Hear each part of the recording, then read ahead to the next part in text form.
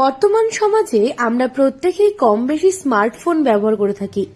আর এই স্মার্টফোন ব্যবহার করবার সময় নিজের অজান্তেই কোনো ঘটনার সঙ্গে জড়িয়ে যেতে হয়, এরকম খবর মাঝে মধ্যেই উঠে আসে খবরের শিরোনামে।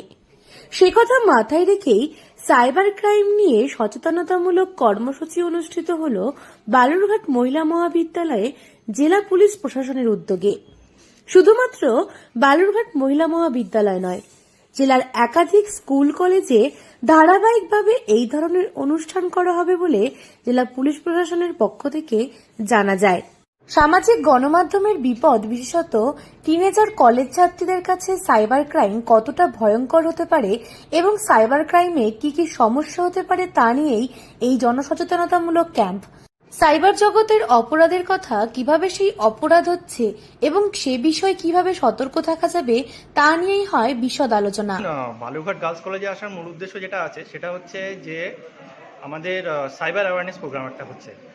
বিভিন্ন সময় যেটা দেখা যাচ্ছে আমাদের সাইবার যে ফ্রডগুলো হচ্ছে সেগুলো হচ্ছে মূলত বিভিন্ন ফাইন্যান্সিয়াল ফ্রড হচ্ছে, বিভিন্ন আরও যে ফেক প্রোফাইল এগুলো হচ্ছে। তো এগুলো ব্যাপারেই সাধারণত বিশেষ করে স্টুডেন্ট এবং বালুরঘাট গার্লস কলেজের যারা টিচিং ও নন টিচিং স্টাফ আছে তাদের মধ্যে অ্যাওয়ারনেস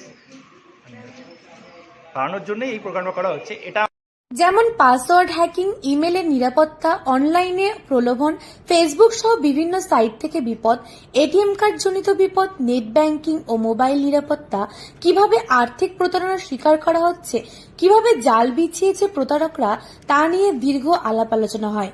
এছাড়াও ছাত্রীরা বিভিন্ন সময় যেভাবে সামাজিক মাধ্যমগুলিকে ব্যবহার করে তাতে কি কি বিপদ ঘটতে পারে, ফেক ছবি সামাজিক গণমাধ্যমে ভাইরাল করে দেওয়ার হুমকি দিয়েই টাকা পয়সা হাতিয়ে নেওয়া কিংবা অসামাজিক কাজকর্ম করানোর ঘটনা, তা নিয়েও বক্তব্য রাখেন পুলিশ আধিকারিকরা।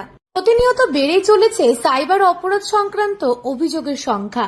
স্মার্টফোনের পাশাপাশি বেড়েছে ইন্টারনেট ব্যবহারকারীর সংখ্যাও।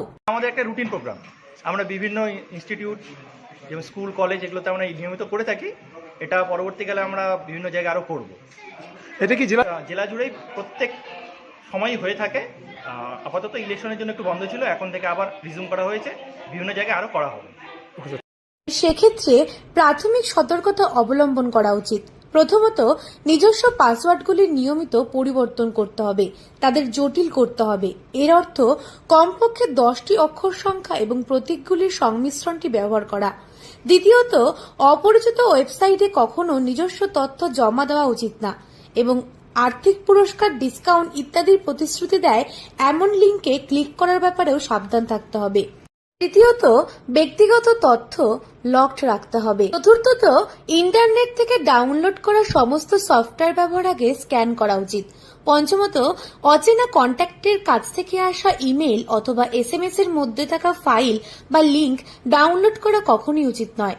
ফলে সাইবার প্রতারণা থেকে বাঁচতে হলে মানুষের আরো বেশি করে সচেতন হওয়া জরুরি বলে মনে করছেন সাইবার বিশেষজ্ঞরা। দক্ষিণ দিনাজপুর থেকে সুস্মিতা গোস্বামী রিপোর্ট, লোকাল 18 বাংলা।